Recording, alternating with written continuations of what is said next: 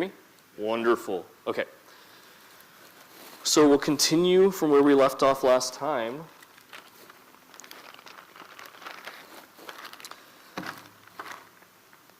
So a refresher then, for those 2 weeks ago. It's been a whole lifetime then, in terms of how busy we are and how much we can retain. So the one big word we were still stressing from last time was, if I can get this marker off, bondage, bandhana.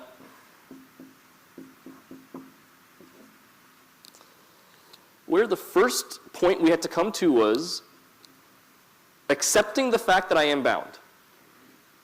I have free will. I make decisions based on my own volition.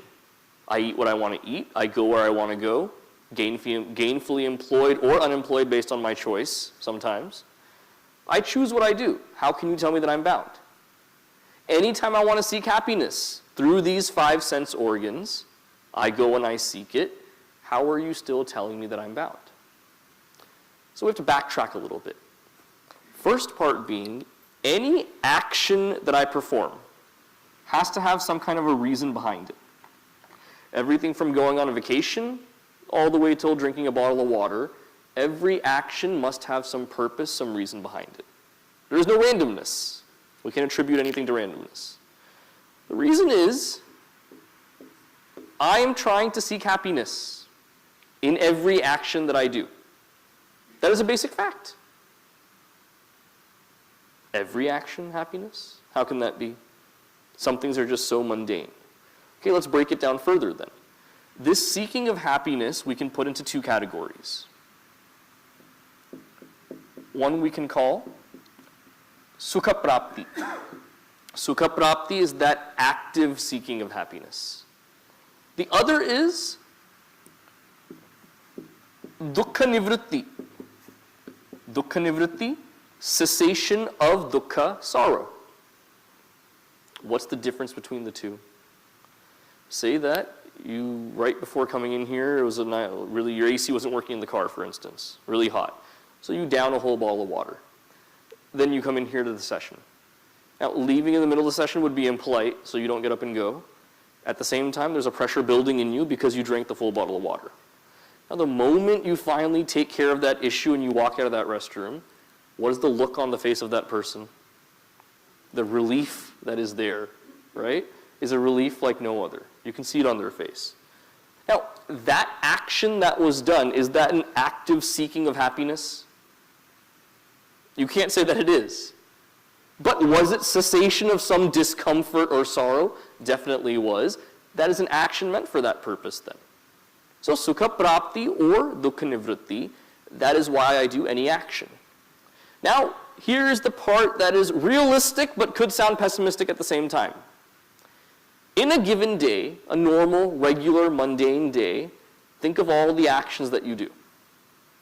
What percentage of those actions are actually falling under the category of sukha prapti, where we are seeking something to make us happy?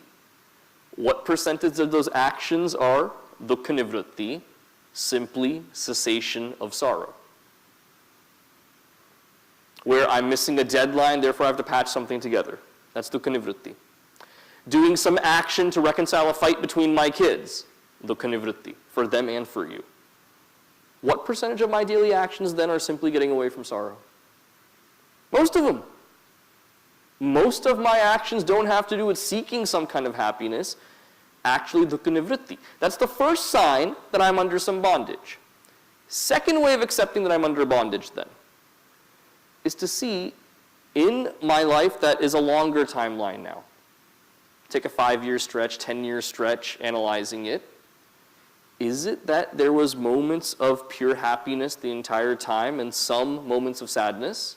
So was it sustained happiness and then sorrow? Or is it that it's just mundane?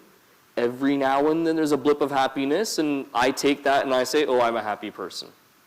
Don't have to say this part out loud. Think of it for yourself. We know which category we fall under here. So whichever way we look at it, at the most mundane level, we are bound. And what is that bondage? We looked at it last time. that bondage boils down to not that I have more sad moments than happy moments. That's not what it is. It's in those happy moments, I get attached to that happiness.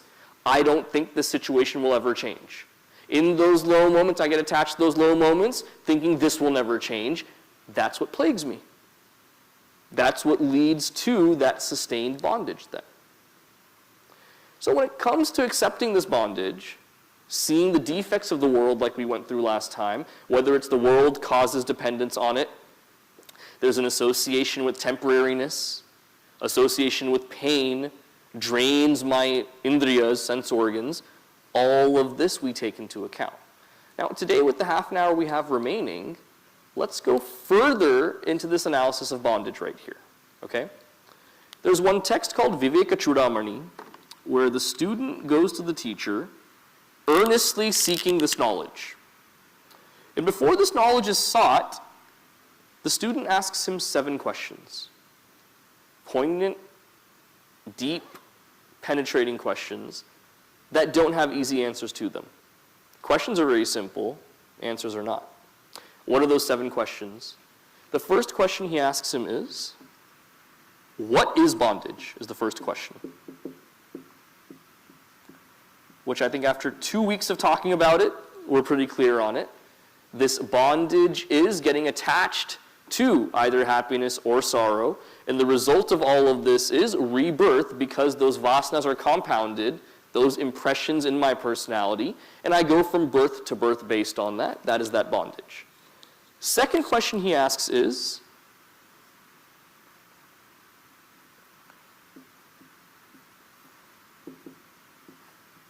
where did it come from? Where did this bondage come from? If you say there is a problem, our very first step is to backtrack and see what gave rise to this problem. That's the most basic step to take. Answer to this question of where did this bondage come from is, it doesn't matter.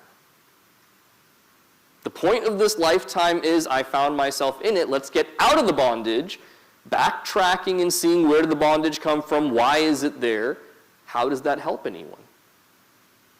Let's look at an example then.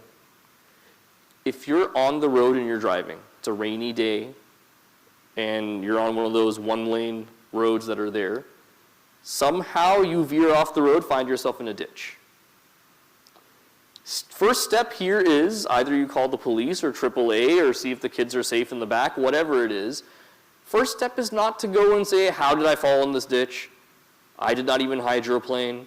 I was going the speed limit. My headlights were on.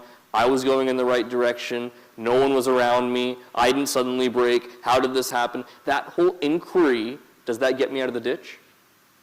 Whether I inquire all of that or not, I'm still stuck in this ditch. I have to tow my car out of there right now.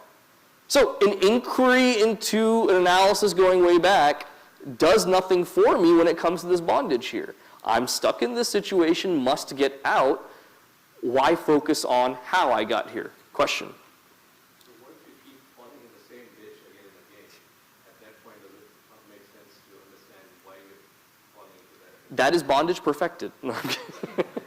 Falling into that same ditch again and again is my vasanas taking over. Where those tendencies that I have are what put me in that position. The thing about vasanas is the specialty of it. Even if I don't actively seek out that tendency, the environment around me makes itself conducive for that vasana to come out. The world itself will make itself conducive for those vasanas to express. Where Venkatanko just talked about all of those different offerings, cultural program offerings. When I first came back as a brahmachari to promote those, I used to say, I also did Gita chanting. I also did Shlokatan. I also did the music classes. I stopped saying that after a while because there's fear in the eyes of many parents that, okay, if our kids do those things, maybe someday they'll also. So I stopped saying that. I'll tell you now, everything he said, the music class, I did all those things. I am the 0.0001% of the kids that takes this path, okay? So enroll your kids in that, don't be scared. But being in that environment really honed this talent of wanting to perform. So plays, performing as the main character, all of that was there. When I got to the Vedanta course, It's customary during that 2-year course that after 1 year, all the students put on some kind of play performance talking about what they've learned so far in the course. So at that time, my health wasn't that great. I was losing weight on like a monthly basis. I lost 30 pounds during the entire 2 years. And I said, I want to focus on my studies. I don't want to do any kind of play. So one brahmachari said, you don't have to act in the play or do anything. Just come one day, help us write the script a little bit. Give us a few ideas. Half an hour of your time. 8 of us are writing the script. Your perspective would be appreciated. I said, okay. So I went for half an hour, helped them write a few lines. Then the next week he said, hey, we're finalizing the script. This time I need a full 1 hour of your time. Again, no compunction to do anything after. You can go back to your studies. Come for a full hour and help us write. I said, okay, so I came.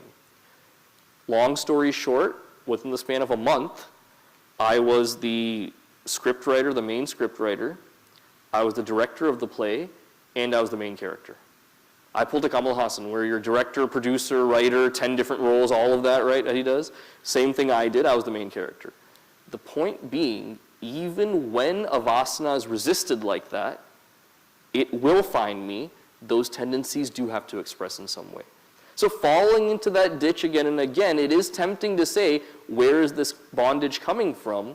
The analysis that has to be done is, what am I doing to contribute to this? What are my actions? This question here of where did the bondage come from is beyond my control, beyond my understanding.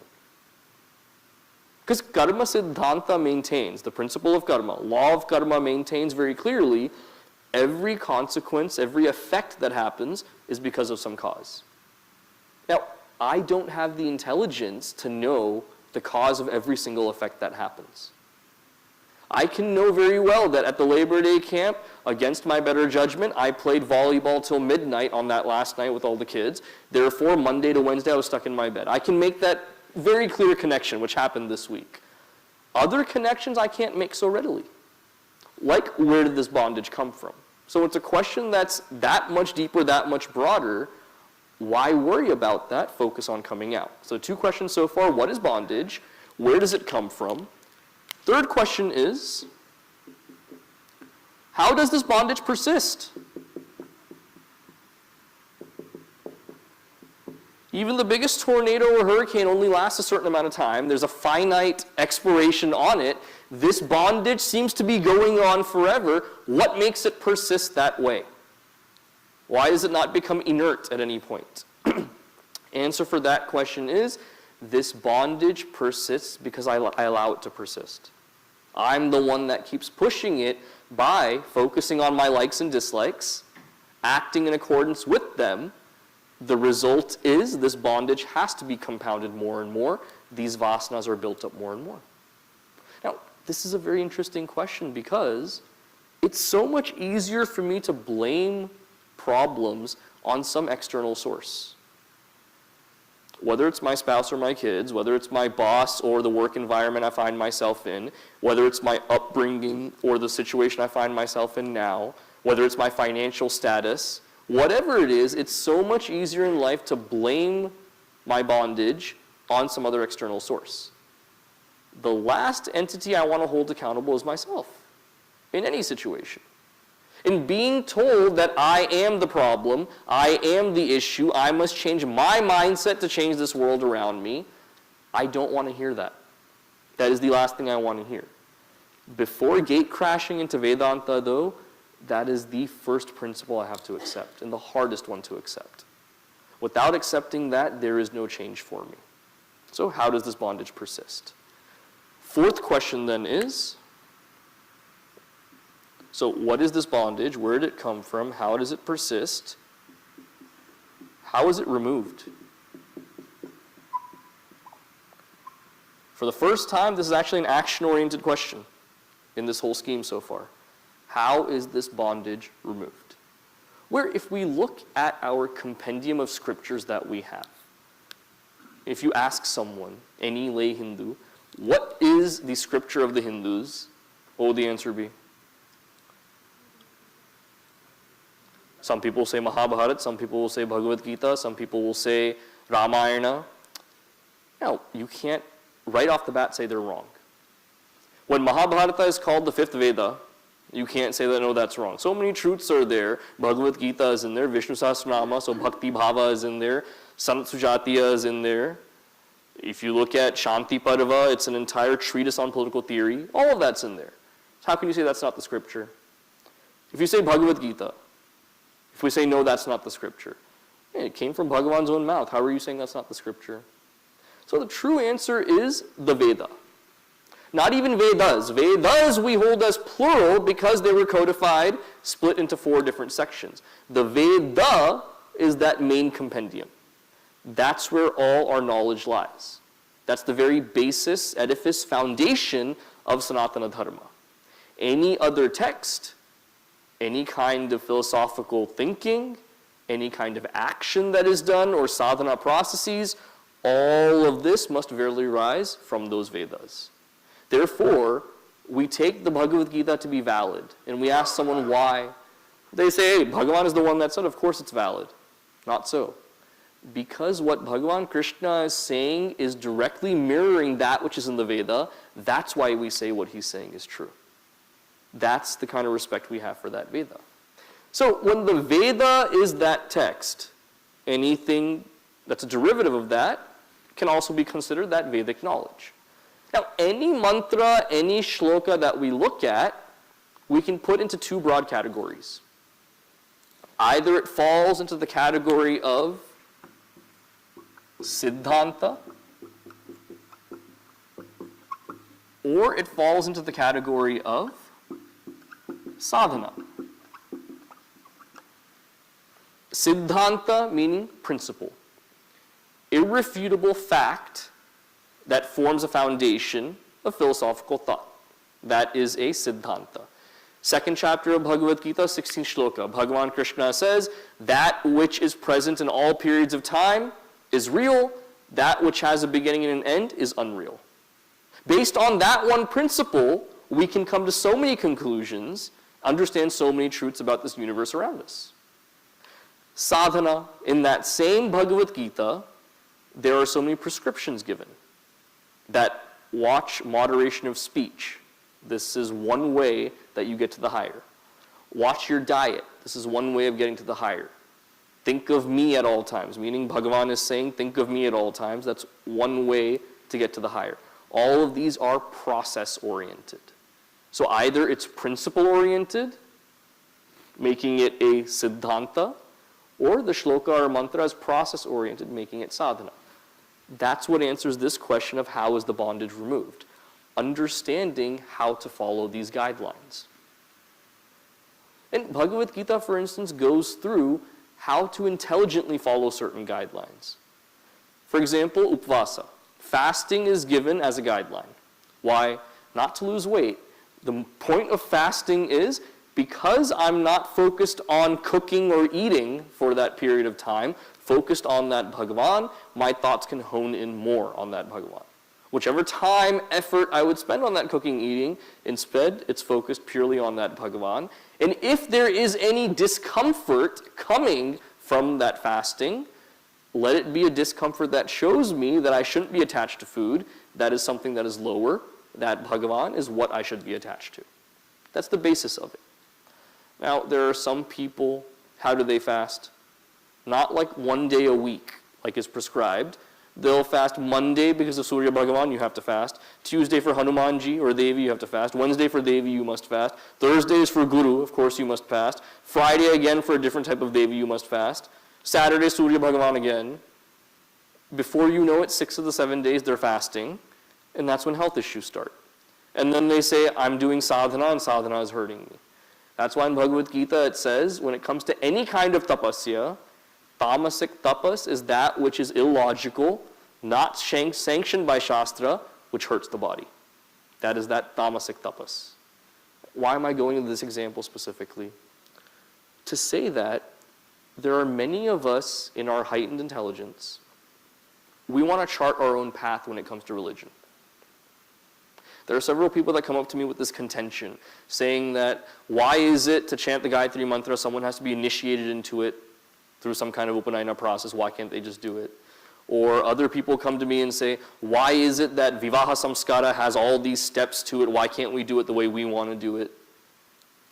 when there are so many things contained in the Vedas that is beyond the comprehension of you and I. No matter how long we live and study, some of these things are beyond our comprehension. Better to follow those types of guidelines. This attitude of, I will not follow a guideline unless it makes sense to me, that is our pitfall as Hindus. There are so many religions around the world, especially in the Abrahamic religions, they blindly follow practices not knowing the meaning of them, but they're passed down generation to generation. That has its own problems, where blindly following these things benefits no one because there's no understanding of it, yet there's no need to understand it. Faith means it's unquestioning, you have to do it. Our pitfall of Hindus is, on the one hand, we want to question. We see that this is a strength our religion allows us to question. On the second hand, we don't have the strength or the willpower to go to the ends of the earth to find the answers to these questions and see why it's beneficial or not. We'll dismiss something we don't believe in. Now, am I generalizing? To an extent, maybe, but growing up here in the West, that seems to be something we do, especially when we move here to the West. Now, in which ways is this expressing then? When we have these special topics that come up for the kids, one special topic we took up for high school, especially last year, was samskaras. Samskaras meaning those rites of passage or sacraments, you can say in English, where there are anywhere from 16 to 40 different samskaras that a person must follow in their lives. Starting in the womb, Garbha samskara is one of them. Then once there's birth, there's the annaprashna, eating solid food for the first time, namakarana, where the child is named, all these different sacraments that are gone through. Now, why I wanted to focus on that for high school was, lately any Hindu wedding I go to, the few that I have to go to, they're like not even reflections of a Hindu wedding. There'll be two Hindus getting married, but it'll be some khichdi of something, nothing that resembles what a Hindu wedding is. And I understand some shortened weddings because people's attention spans and things, but these are like completely beyond the pale. So to show why certain steps are taken, why they're necessary, the topic was made. Now, talking to some adults, the kids gained a lot from this. Some adults would tell me that, look, it's wrong that you took up this topic for the kids. Okay? Why? I'm always open to that. Any kind of dissent. Why? They'd say these samskaras are deeply personal from person to person. This is something they should gain in the house and learn that way, not from the institution here, was the viewpoint. I said, okay, how many families in our mission are actually teaching their kids what these samskaras are? So you're saying it's a personal thing in the family, we shouldn't teach at the mission. Families don't teach it in the families. We don't do it as a mission. Before you know it, we lose all our samskaras then. Someone has to do something about it, don't we? Now that ties into how is it reversed? How is it removed? This bondage is by going through these sacraments wholeheartedly with full understanding that purifies this inner instrument so that we can embark on this higher knowledge. Because if you read higher level Vedantic texts, Mandukya Upanishad, for instance, one of the highest level ones, it starts with, don't do your sadhana. Starts with puja and japa is an attachment, don't do them. A beginner would love to read that first. If it says don't do your sadhana, whippy, I don't have to do my sadhana then. That's meant for that person who has been purified in mind by doing their sadhana for decades. With that purified mind, then they come to that point where they say even this sadhana must be let go. That's not meant for you and me. So without going through this process the right way, without understanding why Siddhanta is given, without seriously taking sadhana up, there is no progress, bondage does not get removed. So how is it removed? There is this whole complicated process. Question number 5 then.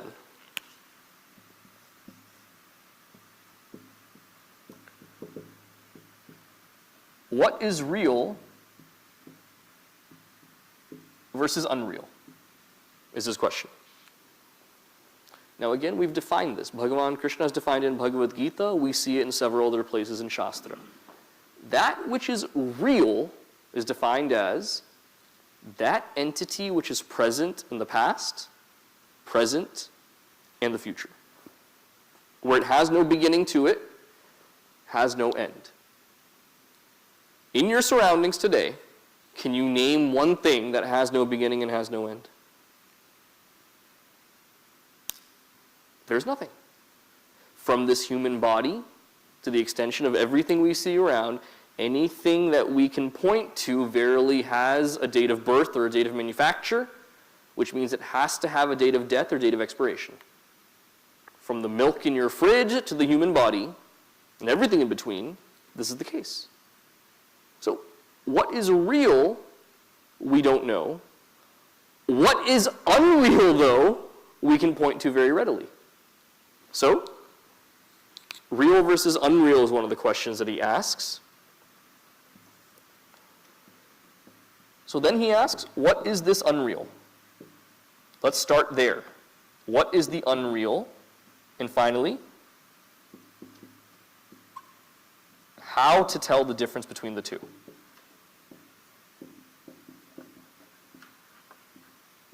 Now you may say that's the same question as number 5, real versus unreal. That's where he's just getting a definition of it. Here, how to tell the difference between real and unreal. Now, why is this important? Because we can make the argument that this whole real, unreal argument, what does that have to do with Hinduism at the end of the day? Nothing to do with believing in a Bhagavan, nothing to do with any sadhana practices. Why this discussion on real, unreal? Our entire religion is built on this idea of real versus unreal. That is the main question to ask. Why do we do things? Why do things happen to us? All of those are peripheral questions. The main question to ask is, what is real? What is unreal? How do I prioritize the real over the unreal? For what purpose? Hinduism is not a faith-based religion. It is a truth-based religion. Any other religion you look at, let's look at the Abrahamic religions, for instance. I admit that I'm a sinner. I surrender to a divine entity. And by surrendering to that divine entity, I am saved. When the day of liberation or salvation comes, the day of judgment, those who have surrendered to that entity are saved and liberated in eternal heaven. Those who have not surrendered to that specific entity are damned to an eternal hell. In a nutshell, that is the Abrahamic ethos. In Sanatana Dharma, however, simply surrendering to a form of Bhagavan, does that liberate me? Getting darshan of that Bhagavan and seeing that form of that Bhagavan, is that enough to liberate me? Some would say yes, but no. You look at the Prahlada Stuti in Srimad Bhagavatam. When he does get that form of Bhagavan Mahavishnu, that darshan, what does Mahavishnu tell Prahlada? He says, now that you have my darshan, your bhakti is strong, dridha. Now get this knowledge of the true self so that you get out of this bondage. Even then, Bhagavan himself tells him, this is that next step you have to take. Therefore, our religion is not based on we surrender to a form of the divine, therefore that's the end of the game. It's, do I know what my true identity is? It's a truth-based religion. When the religion's culmination is based in truth, the question should be based on that as well. And that main question is, what is real? What is unreal? So now, if last point for today then, before we go for the day, if we cannot point to that which is real and say this is something real, because definition of it is what? That which is present in the past, present and future. So I can't readily point at something and say this is real. The process I have to go through is point at everything that is unreal, take away all those layers. What remains is the only thing that's real. That is the entire process to remove this bondage right here. Now, does this sound fun, everything I outlined today? No, it doesn't. If we want to be happy in religion, why not sing some bhajans, do some puja, do some garba, and be happy that way? What is this whole real, unreal, don't give in to vasana, all of this? This is the part, this is Vedanta. So this year we look at fundamentals of Vedanta. This is what the fundamentals are based around. It's not glamorous. It's not shiny and fun. Other parts of the religion are. It's so much more fun to listen to a kathakar tell a story about Bhagavan Krishna than go through this, But this is the next logical step after that. After our sattvic entertainment needs have been met, after the needs of cultivating that bhakti has been met, this is that next stage to go to. So, these 7 questions is what our entire Vedantic philosophy is based on. So with that, we'll meet next time. If you have any questions about those cultural classes, please feel free to reach out to Venkatji. His email and everything is online. And as much as the Balavihar classes help the kids, these cultural classes are the way they really stay steeped in our Sanatana Dharma culture. Whether it's something as mundane as a language or dance or music, these things have a big effect.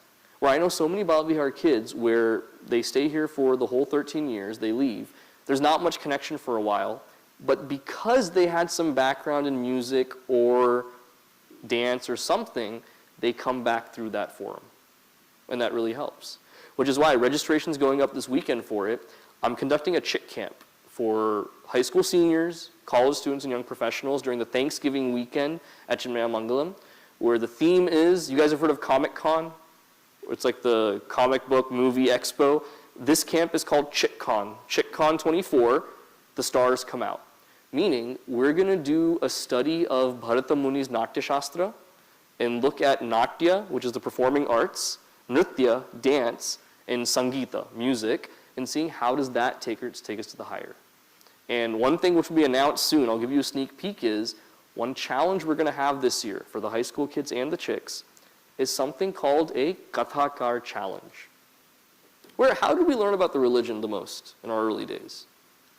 Stories from our family members. That's how we gain that love for Bhagavan, gain that entry into what the religion is. Sadly, you look at our high school Balavihar classes and beyond, there's very little about stories from Purana Itihasa. It's all about the Siddhanta, which can get kind of dry, like it got dry for you all today. So Kathakar challenge is giving them a set of very different stories. Who can story tell the best way in 10 minutes, picking one of these stories and doing it. It's something we'll do across the nation this year, but just a sneak peek, the beginning of that will be at this camp that we have. So with that, have a good week, and we'll see you next week. Om Purnamadav Purnamidam Purnat Purnamudachyate Purnasya Purnamadaya Purnameva Vashishyate Om Shanti Shanti Shanti Harihi Om Shri Gurubhyo Namaha Harihi Om